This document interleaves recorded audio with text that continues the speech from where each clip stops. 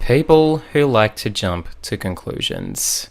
Jumping to conclusions is where people immediately decide or judges one's actions without having legitimate proof or evidence. Now, this topic has been quite a pet peeve for me for a long time, as this of course happens to everyone. At school, at work, pretty much everywhere.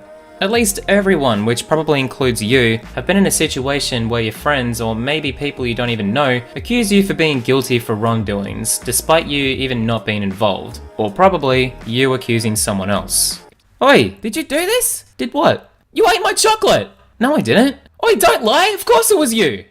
Okay, prove it. There's crumbs right beside you! Yes, so it could have been John. Well, look, it doesn't matter, you're still guilty! I remember a lot of people at school being quick to accuse me for doing something that I haven't done without requiring any valuable evidence for me doing such things, and yet they think they're right. Usually many attention-hungry people are quick to blame someone for wrongdoings despite having the lack of facts with them. And I'm really tired of that. Unless you've done some genuine investigations and research and have accurate evidence that backs up your case that this person is in the wrong, then it can be really hard for someone to take you seriously when you accuse someone for doing something wrong. Look, I know you can't help yourselves, but you just gotta learn this stuff, okay? Now, I was planning to make a video on this subject for a while now, but the reason why I'm not making a video on it till now is because recently a video has emerged on TMZ on some behind the scenes footage of a movie called A Dog's Purpose, which shows a dog handler trying to push a dog who looks frightened into a turbulent stream of water to shoot a scene. And it's clear that the dog feels uncomfortable with jumping in the pool of water. Well, he ain't gonna calm down until he goes in the water. Just gotta throw him in. Oh, here he goes. Oh no. Okay, you get his feet wet, he learns it's not cold.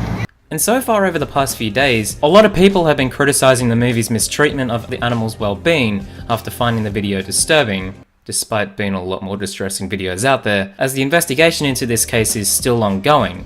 And with this, there's of course going to be a lot of backlash, including people claiming that the film promotes animal abuse. There are petitions being made about these abuse allegations. There are animal rights organizations such as PETA and even celebrities calling for a boycott of this film. And even people rating the movie a 1 out of 10 on IMDb even before the movie was released. And this backlash has gone so far that it even led to the cancellation of the film's premiere. And it still goes to show that not only people still follow TMZ for their source of news, which is quite sad, but it also proves that these delusional, narrow-minded people do not fully read into these stories and just go by the shock value.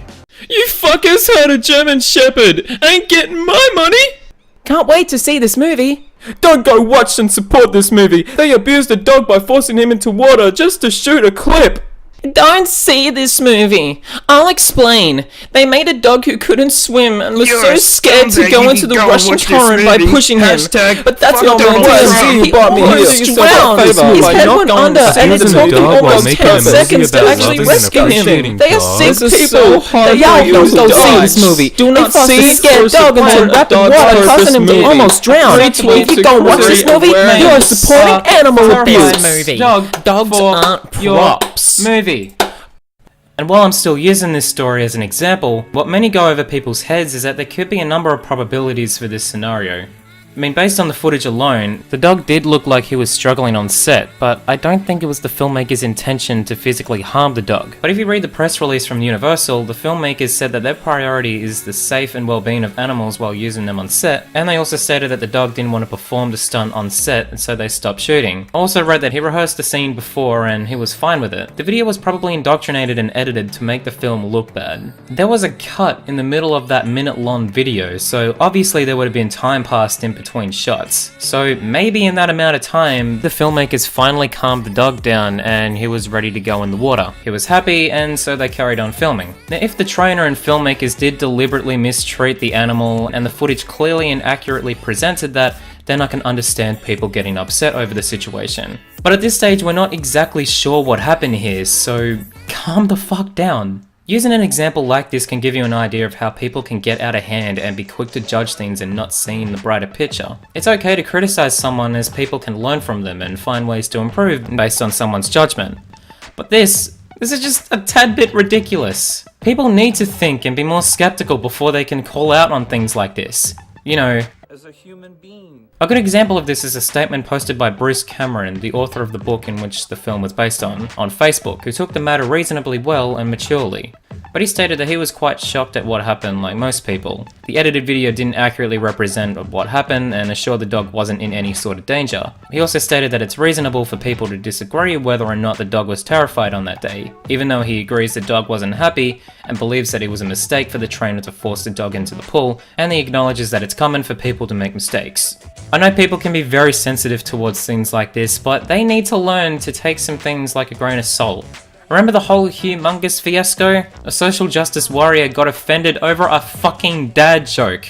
I mean, it's just incomprehensible. People just do not understand how to deal with these. Sure, we can get mad over trivial things such as the TV won't turning on or your phone running out of data, but we come to realize that these things aren't really as important as we thought.